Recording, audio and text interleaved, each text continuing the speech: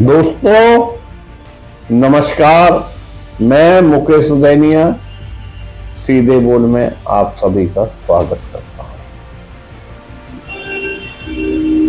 हमारे राष्ट्रीय स्वयंसेवक संघ के प्रमुख मोहन भागवत ने विजयदशमी के दिन देश की चिंता करते हुए दुर्बल व असंगठित पर सवाल उठाया। उन्होंने कहा कि दुर्बल व असंगठित होना अत्याचार को निमंत्रण देना ही होता है।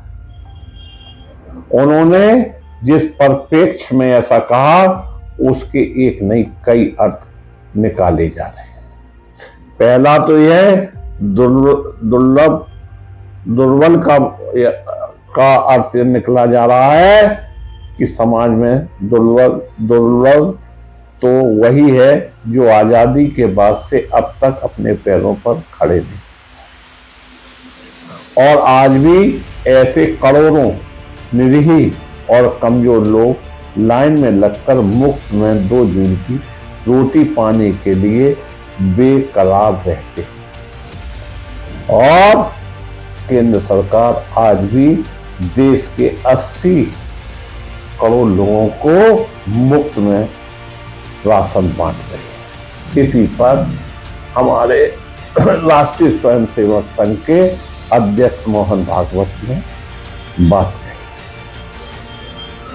उन्होंने कहा कि अपने पैरों पर खड़ा करना देश और सरकार की जिम्मेदारी। अंततः क्या इतने लोग जीवन पर्याप्त इसी प्रकार लाइन में लगकर 2 जून की रोटी के लिए इसी तरह नरकी जीवन जीने के लिए मजबूर रहेंगे? क्या इसी तरह से कटोरा लेकर लाइन में खड़े रहेंगे? इनका कब उत्थान होगा, यह एक चिंता का विषय। कैसे कम होगी इनकी गरीबी? दुर्बलता का मतलब है गरीबी। निश्चित रूप से जब तक सरकार द्वारा इस पर ईमानदारी से पहल नहीं करेगी तब तक इनका उत्थान होना संभव नहीं है।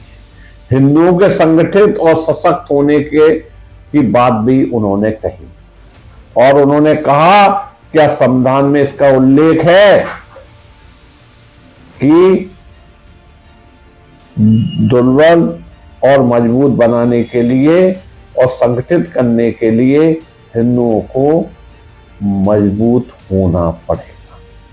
यह बातें संविधान में नहीं है।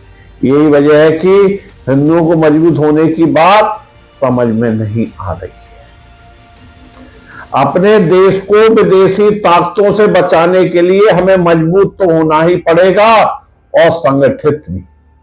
यह हमारे देश ही नहीं विश्व का नियम कि अपने देश को मजबूत करने के लिए सबसे पहले अपने सैनिकों को तथा विदेशी आक्रामकताओं से निपटने के लिए सीमा पर मजबूत होना ही पड़ता है, क्योंकि आज ऐसी मारक क्षमता वाले अस्त्र बड़ी बड़ी शक्तियों के पास है जो हजारों मील तक दुश्मनों के ठिकानों पर जाकर उसे तबाह करने की न केवल क्षमता रखते हैं बल्कि वो ताकत में भी हम आगे हैं। आज यूक्रेन व रूस, इजराइल व इराक युद्ध से सभी परिचित हैं कि किस तरह सभी देश आक्रमण करने और उसे रोकने के लिए भयानक अस्त्र शस्त्र का प्रयोग करके तीसरे विश्व युद्ध के मुहाने पर धकेल रहे। यदि इस प्रकार से अपनी रक्षा करने के लिए मोहन भागवत कहते हैं तो यह बिल्कुल ठीक कह रहे हैं। उनका कहना है हिंदुओं को संगठित होना चाहिए और जो गरीबी देश में है वो खत्म होना चाहिए। लोगों को अपने पैरों पर खड़ा होना चाहिए। यह सब जिम्मेदारी सरकार की है। उनका स्पष्ट कहना है कि सरकार को चिंतन मनन करना चाहिए और उन्होंने यह भी कहा, सोई ही सरकार की आंखें, इस माध्यम से वो खोलने का भी काम कर रहे हैं। इसका प्रभाव निश्चित रूप से पड़ेगा, लेकिन मोहन भागवत का यह कहना है कि इसी तरह की गुंडागर्दी को रोकने के लिए हिंदू समाज को एकजुट और सशक्त होना पड़ेगा। इसके माध्यम से देश को क्या संदेश दे रहे हैं, यह बात समझ में नहीं आ रही है।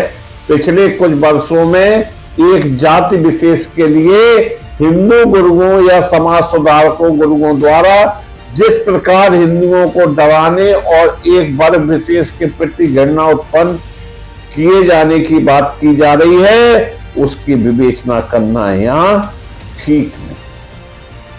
लेकिन इतना तो कहना ही पड़ेगा कि जिस प्रकार दो वर्गों में विभाजन की गहरी लकीरें खींच दी गई हैं, उसे झटके में मिटा देना अब कतई संभव नहीं। उनका तर्क होता है कि यह प्रजातांत्रिक देश है जिसका अपना एक संविधान है, जिसमें कहा गया है कि भारत में रहने वाले सभी भारतीय हैं, फिर हिंदुओं की वकालत उनके द्वारा क्यों की जाती? उनके मन में मुसलमानों के प्रति भय क्यों पैदा किया जाता है कि हिंदुओं का अस्तित्व खतरे में?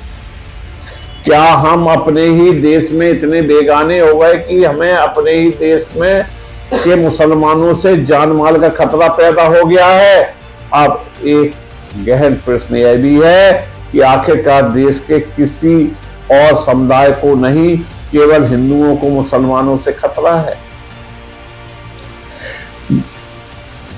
कम जनसंख्या वाले पारसी, जैन, बौद्ध धर्म के अनुयायी कभी यह नहीं कहते कि उन्हें मुसलमानों से खतरा है। लेकिन बहुसंख्यक हिंदुओं को इस प्रकार क्यों डराया जाता है? इतिहासकारों का कहना है कि जब अंग्रेजों का कब्जा भारतवर्ष में हो गया तो उन्होंने अपनी संस्कृति थोपने के लिए मैकाले नामक शिक्षाविद को तलाशा और उससे कहा गया कि भारतवर्ष पर यदि लंबे समय तक शासन करना है तो इसमें जाति फूट डालो और वह इस प्रकार हो जिस प्रकार रेल की पटरी साथ साथ तो चलती रहे लेकिन कभी एक साथ मिल नहीं सकती। यही हुआ हिंदू मुस्लिम के बीच में, यह भाव उभरने लगा कि हम एक देश के होते हुए अलग अलग जो कभी एक नहीं हो सकते। इस आग में घी डालने में हमारे कई अन्य संगठनों ने भी काम किया है, लेकिन इसमें पहला नाम राष्ट्रीय स्वयंसेवक संघ का ही लिया जाता है।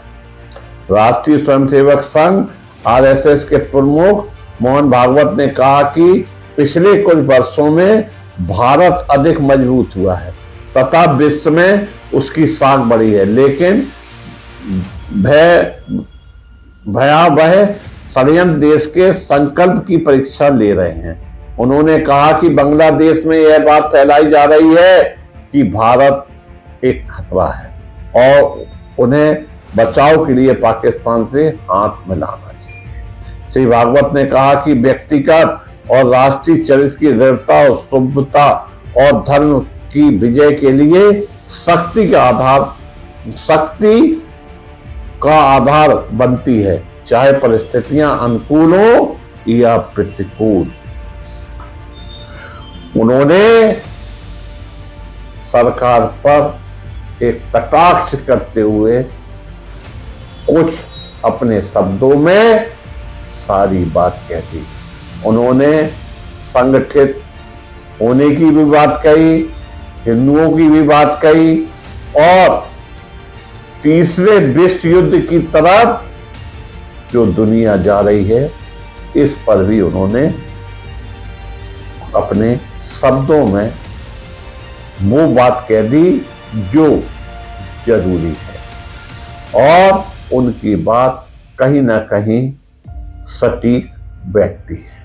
सरकार सोचे समझे कि देश में गरीबी कैसे दूर हो सकती है, वो अपने पैरों पर कब खड़े हो सकते हैं, और जो देश के अंदर हिंदू मुस्लिम की नफरत भरी राजनीति है उस पर भी विराम लगना चाहिए। मैं मुकेश उदैनिया पुनः आप सभी को धन्यवाद देता हूं, अपनी बात समाप्त करता हूं। धन्यवाद।